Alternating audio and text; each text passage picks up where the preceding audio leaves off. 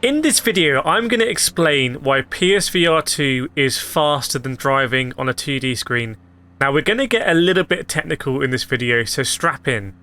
You see those cars there, going into the distance into Turn 1 at Monza? On your 2D screen now, they are basically indistinguishable. The horizon has minimized to... Well, horizons always vanish to nothing, but in a 2D environment, it vanishes to a few pixels, is the reality. Whereas if you're playing in PSVR2, the horizon remains a three-dimensional space. And what that means is you can really appreciate things getting smaller, things approaching the vanishing point of the horizon, and you can basically appreciate in almost infinitely more detail the distance to the horizon.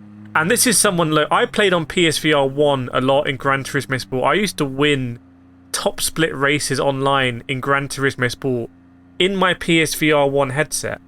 And the most difficult thing I found going from PSVR1 back to a screen, when I got a screen, was understanding what is going on at the horizon and having to focus. Look, if I take you out of this sort of video now, have a look at your screen. Like, forget you're watching a video, just kind of step back a little bit. Have a look at your screen and actually appreciate how narrow vertically that horizon is as we approach Turn 1. Can you just see kind of how literally small it is on your screen? And then try and work backwards and appreciate when you're driving how difficult it is for your brain to appreciate what's going on at that horizon. Now, in something like a racing game like Gran Turismo 7, where you're hurtling towards corners, you're hurtling towards vanishing points, it's really important that you understand what's going on there, because you're trying to assess your braking marker. Let's say this was the braking marker, the 100. It's actually the 150 in most cards. But let's say it's 100. This starts at a vanishing point. And so when you're in 3D, because you can appreciate where that is, although it's harder to make out the individual details, like the 50, for example, once you identify that board, it's so much easier to appreciate where it is. It's so much easier to be precise. Let me know in the comments if you agree with this, by the way, or disagree if you played in PSVR2. And you can see here as the cars go around again, look how narrow the tarmac is. We have Turn 1 here is the right-hander, Turn 2 is the left-hander. Can you see how few pixels you have for the tarmac there? It's absolutely unreal. Whereas in a 3D, I'm not too worried about just seeing the pixels of the tarmac, because I can appreciate the three-dimensional space. I don't know if I'm able to explain this clearly, but you can see as you get closer in a two-dimensional way, more of the track becomes visible, because the track is literally the track. It's like what you can see. And again, we look into Curva Grande here, and just how narrow the tarmac is. If you're trying to aim for a apex point here, there is an apex point normally in this car. Sorry, in this track. As you can see, there's going to be a curb on the inside here that you normally want to apex at.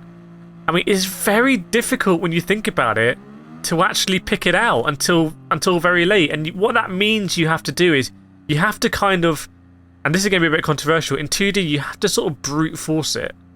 It's quite hard to be quick off the bat in 2D, because you kind of have to go through and then be like, oh, okay, I was too late, I'm going to go a little bit earlier the next lap.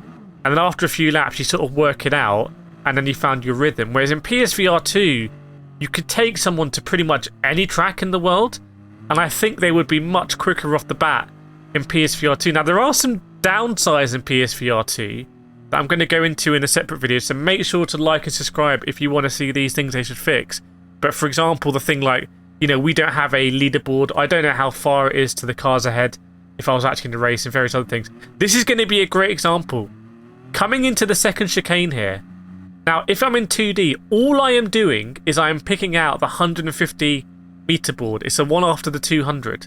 That's all I'm doing, because I can't see the track, because it crests a little bit. I can't actually see the point in 2D at which I'm going to brake. But in 3D, it doesn't really matter, because I can see the perspectives changing, and I can kind of appreciate this is the zone I'm going into, and I'm going to brake. I don't have to wait and slavishly pick out the marker board. I can sort of use a variety of references and be a bit more precise. And you'll see me sometimes, I would say sometimes, like one in every like 100 races maybe, you'll see me say, oh, I missed my braking point there, just because I was looking at chat or something and I'm done. Whereas in VR, I think that's much less likely to happen. Partly because I can't read chat, but I can hear you in chat, by the way, when you're in my streams. So let me know if this is coming off in the video. Again, the point, look how vertically slim that horizon is there, and you just can't overcome that in 2D. So for anyone playing in PSVR2 saying, that's it, I'm converted, that's absolutely great. If you guys and girls try and do a race now in 2D, I'd be really interested to see how you find it. I'd say it's actually a lot easier going from 2D into PSVR than from PSVR into 2D for the reasons I've explained here. Now there's other reasons as well why VR can get fast. I mean, look at the visibility I have. You can also look to the apex, but I wouldn't overstate look to the apex, because there's been games in the past that have done this in 2D, like the Need for Speed Shift series. Quite a good look to apex camera there. But obviously this time it feels a little bit more natural. I wouldn't say you're faster in close proximity with other cars, because you kind of, I think, have heightened awareness of just how close you are in that three-dimensional space. Whereas when you're in 2D, you're sort of just focused on the 2D bumper of the car ahead of you and maintaining that gap, a bit like cruise control in a car. Whereas when you're in 3D, you've got some cars coming here, you can see it's a little bit more, they're going slowly because the race is actually finished, but it's a little bit sketchier to kind of be in close proximity with them. I'm playing on my PlayStation pad, by the way. I don't want to get too close because I'm acutely aware that we are really close and I have that hesitancy. That's something I'm going to need to be able to overcome. You can say also you might have better sort of perception here of what you're doing, but what I would say is it's probably in Gran Turismo 7 easier to just rely on the radar. And because of the way foveated rendering works, and because of the way that PSVR definitely struggles to accommodate for your eyes looking at different distances, and because that VR map is so close, but normally I want to be looking past the cockpit, it can put a lot of strain in your eyes. So actually, having to look like this and not really see what's going on in the road, I would say puts you at a disadvantage compared to just being in 2D and glancing at the radar that's already in the field of view. But these are sort of minor points. The fundamentals of driving, as we see the grass, and I'm getting the sensation of like me mowing the grass in the summer. That's absolutely insane. There's something about the sunlight in PSVR 2. But I hope you found this video helpful. I'm now going to restart this race and I'm going to race these cars, and I can't wait. Hope to see you in the next video.